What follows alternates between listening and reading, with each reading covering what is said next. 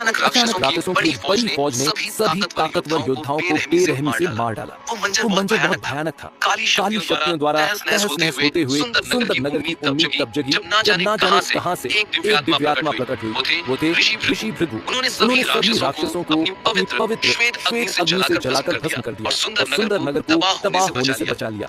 उसके बाद भृगु ऋषि ने राज परिवार के वर्तमान राजा को दो दिव्य औषधीय गोलियां और जीवन के सूत्र नामक एक पुस्तक देते हुए कहा, हे राजन, इस पुस्तक में दिव्य शक्तियों के सूत्र है। इस पुस्तक की रहस्यमय दिव्य शक्तियों को जागृत करने वाला व्यक्ति संपूर्ण मानव जाति के क्षेत्र में गूंज उठे। तब से लेकर अब तक पीढ़ी दर पीढ़ी कई लोगों ने उस पुस्तक को पढ़ा, लेकिन कोई भी उसमें लिखे किसी भी तरह के दिव्य सूत्र को खोजने में सफल नहीं हुआ। वक्त बीतता गया। इंसान की लालसा, जलन और चाहत के चलते राज परिवार के बीच अनबन और राजनीति सुंदर नगर को पतन की ओर धकेलती चली गई।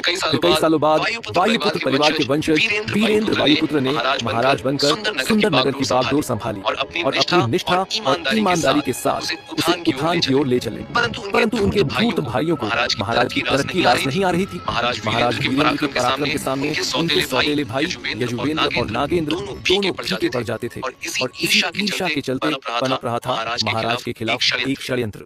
महाराज वीरेंद्र का बेटा युवराज नील वायुपुत्र बहुत ही प्रतापी बच्चा है। उसके पैदा होने पर संत महात्मा द्वारा ये कहा गया था कि ये लड़का एक दिन पूरे राज्य का उद्धारक बनेगा। हमारे शरीर में सबसे महत्वपूर्ण चक्र होते हैं। एक एक करके चक्रों की शक्ति को जागृत करके इंसान एक महान योद्धा बन सकता है।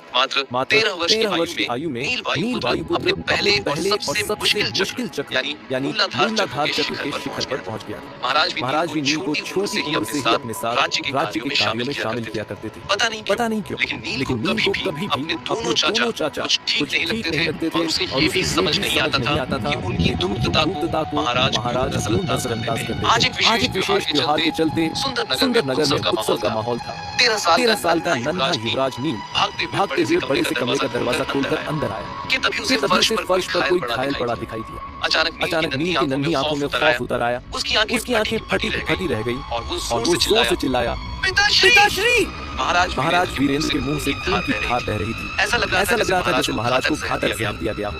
बच्चे की चीख सुनकर उन्होंने अपनी आंखें खोली और बोले, नील, मेरे बच्चे, तुम आ गए। मैंने तुम्हें किताब दी थी। क्या तुमने उसे ठीक से समझ लिया है?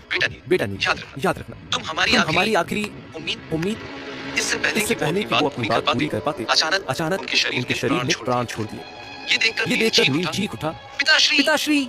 इतने में सैनिकों की एक टुकड़ी उस कमरे में प्रवेश करती है और साथ ही राजा के जैसे कपड़े पहने हुए आते हैं नागेंद्र और यजुवेंद्र वायुपुत्र अपने पिता की मृत्यु पर रोते बिलखते नील पर वो जरा सी भी दया नहीं दिखाते और सैनिकों को नील को कैद करने का आदेश देते हैं। नील झुंझला उठा, छोड़ो मुझे, मैंने कुछ नहीं किया है। चाचा जी, मैंने क्या गुनाह किया है? इस पर यजुवेंद्र नील के बालों पर अपनी पकड़ कसते हुए क्रूरता भरे अंदाज में बोला, तेरा गुनाह ये है कि तू एक गद्दार का बेटा है। तेरा बाप तो मर चुका है, इसलिए अब उसके गुनाहों की सजा तू भुगतेगा। तू एक कैदी का जीवन बिताएगा। रोज तेरी इतनी पिटाई होगी कि तू रोज हमसे मरने की भीख मांगेगा। इसके बाद सैनिक नील को कारागृह ले जाने लगे कि तभी